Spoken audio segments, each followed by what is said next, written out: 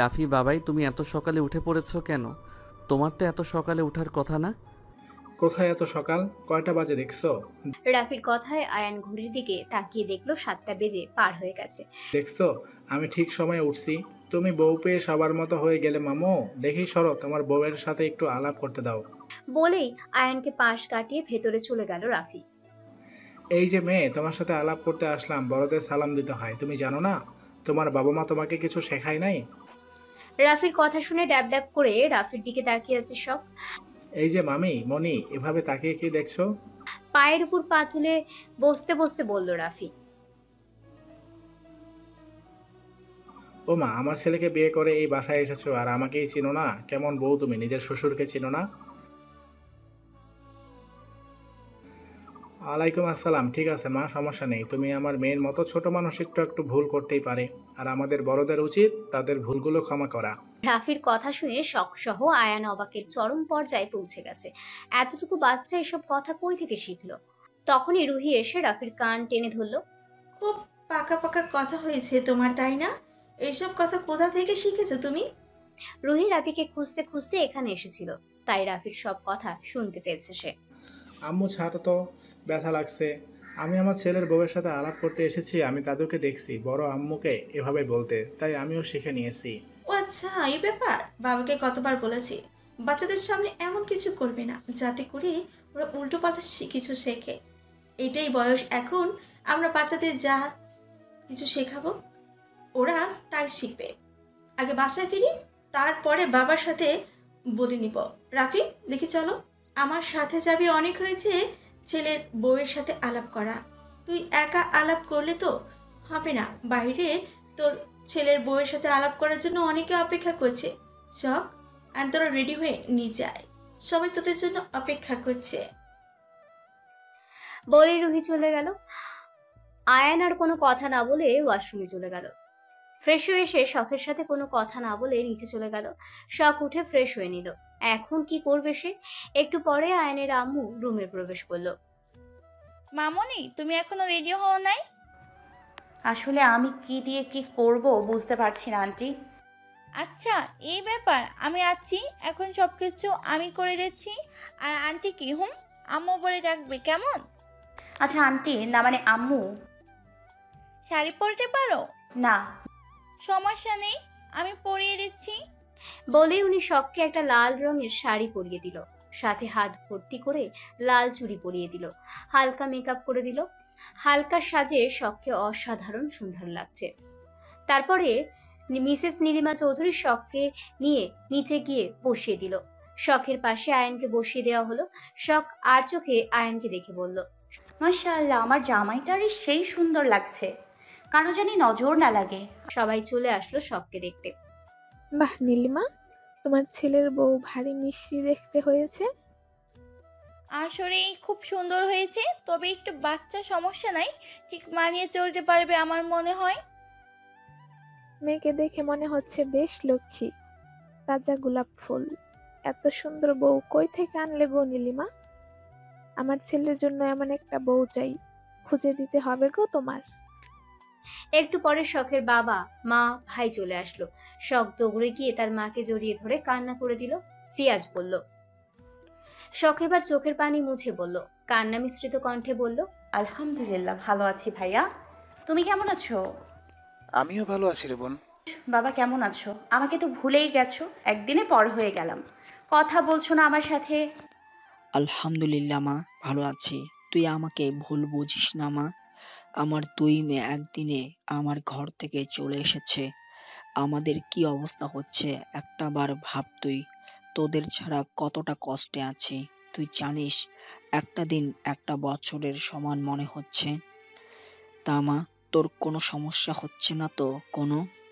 মা বাবা, আমার কোনো সমস্যা হচ্ছে না, এই বাড়ির সবাই অনেক ভালো। বাবা, তুমি কি কোনো কারণে ভয় পাচ্ছ বা চিন্তা করছো? এত ঘেমে যাচ্ছ কেন? খালি বাবার সাথে কথা বললে হবে? মাকে কি চোখে পড়ে না?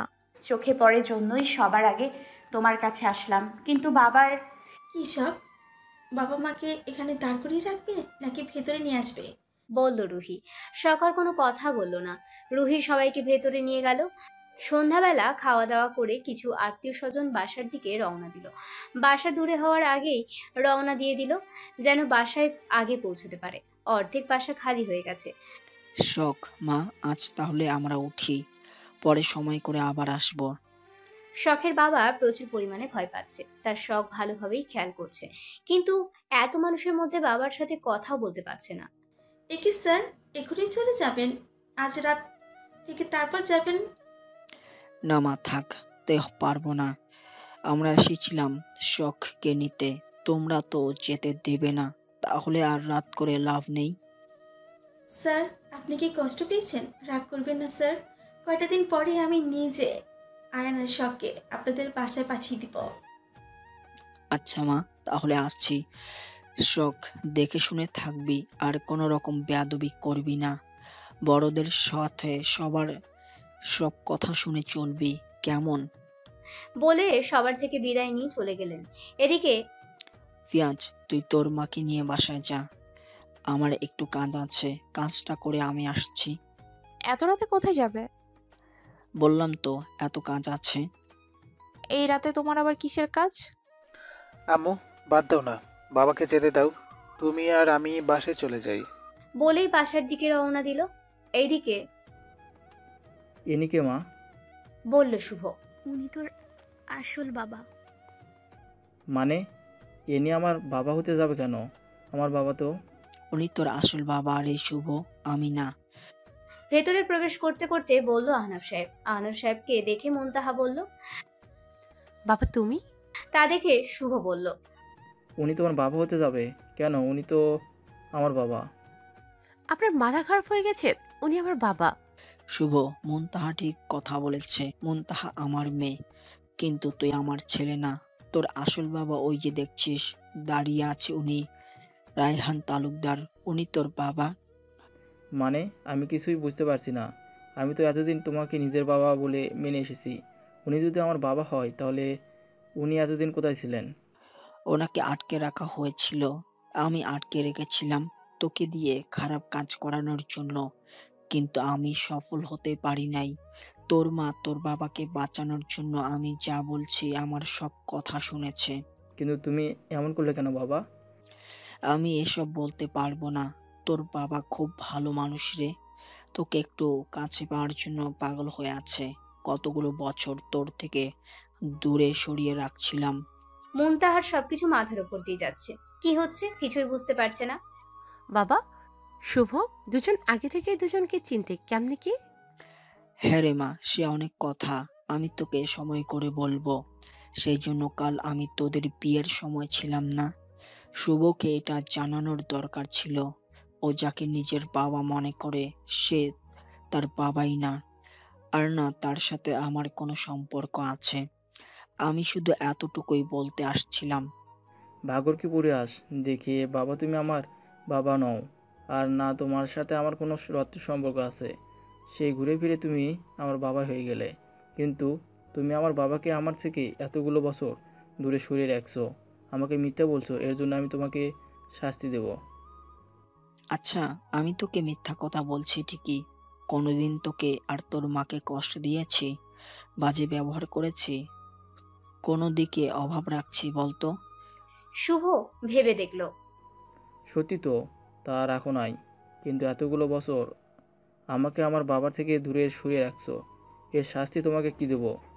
আমাকে যা শাস্তি দিতে মন চাইতে, পারলে আমাকে পুলিশে ধরিয়ে দে, আমি আর পারছি না, মুক্তি চাই আমার। না, তোমাকে শাস্তি দেব না।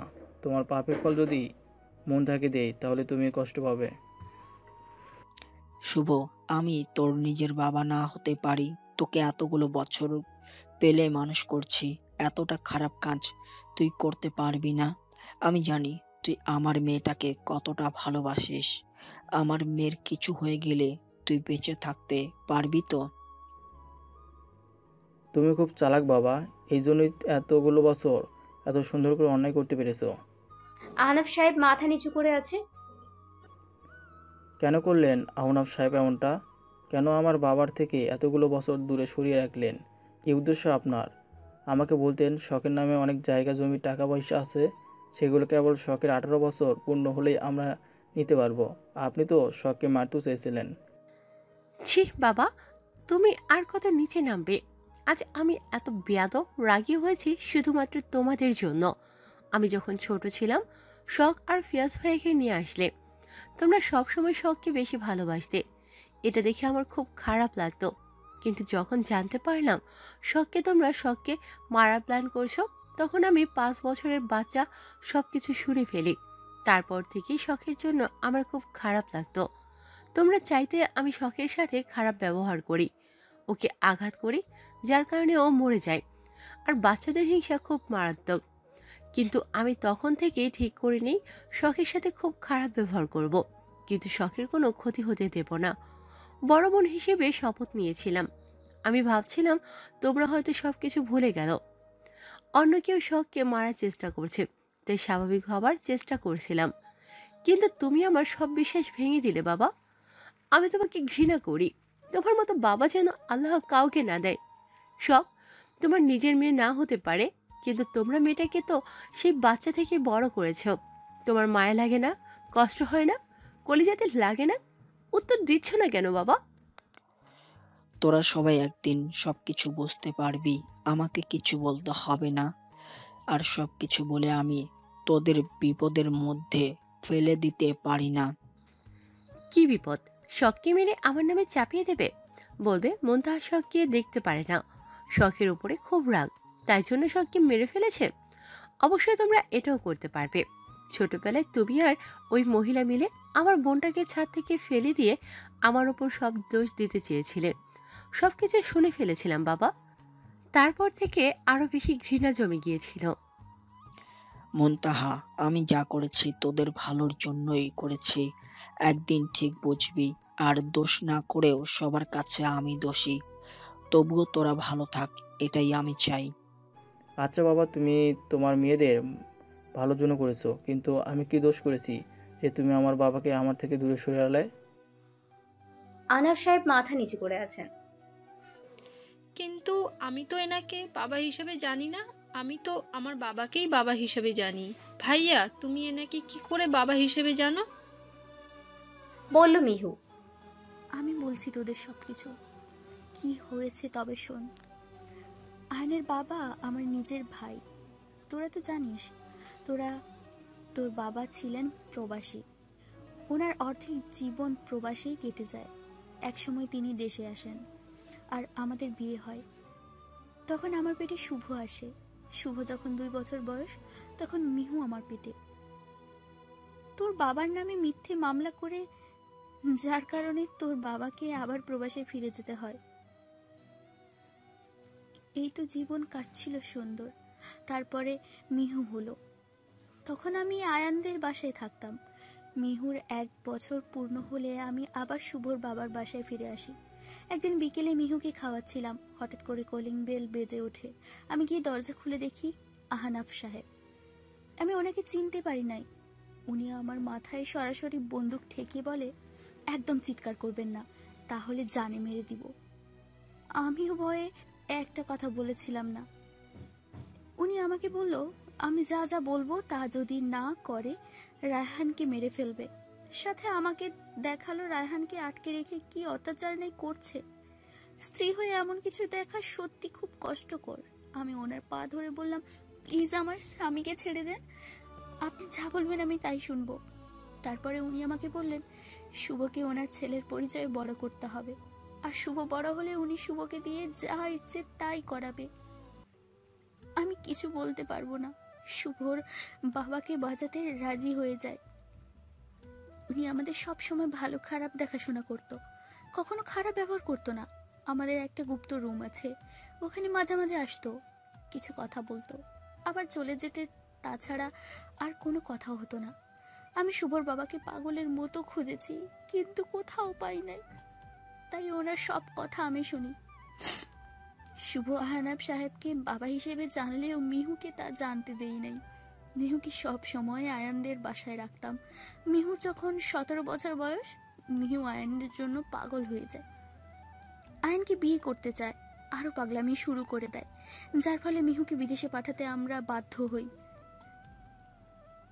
শখের 18 বছর পূর্ণ হওয়ার আগে আমি শুভর বাবাকে খুঁজে পাই। শুভর বাবাকে মিথ্যে কথা বলে বাসা থেকে বের করে নিয়ে গেছিল, পরে আটকে রেখেছিল আহনাফ সাহেব। পরে আমি সেখান থেকে শুভর বাবাকে নিয়ে এসে লুকিয়ে রাখি। হাজার চেষ্টা করলেও আহনাফ সাহেব শুভর বাবাকে খুঁজে পায় না, না পারে শখকে মারতে। এত টাকা পয়সার নেশায় আমাদের সুখের সংসার শেষ হয়ে গেল। না পারলাম সংসার করতে, না পারলাম স্বামী ছেলে মেয়েকে একসাথে কাছে, না পেল শুভ মিহু তার বাবার ভালোবাসা। আর বাকি সব কিছু তোরা তো জানিসই কথাগুলো। বলে দীর্ঘশ্বাস ছাড়লেন তিনি। সবটা শুনে শুভ রেগে আহনাফ সাহেবের কলার ধরে বলল, আমি আপনাকে শেষ করে দিব আহনাফ সাহেব। আপনি আমার জীবন থেকে সব কিছু কেড়ে নিয়েছেন, আমি আপনার জীবনটাই কেড়ে নেব। বলেই বন্দুক বের করলো। তখনই শুভর মা দৌড়ে এসে তাকে আটকালো।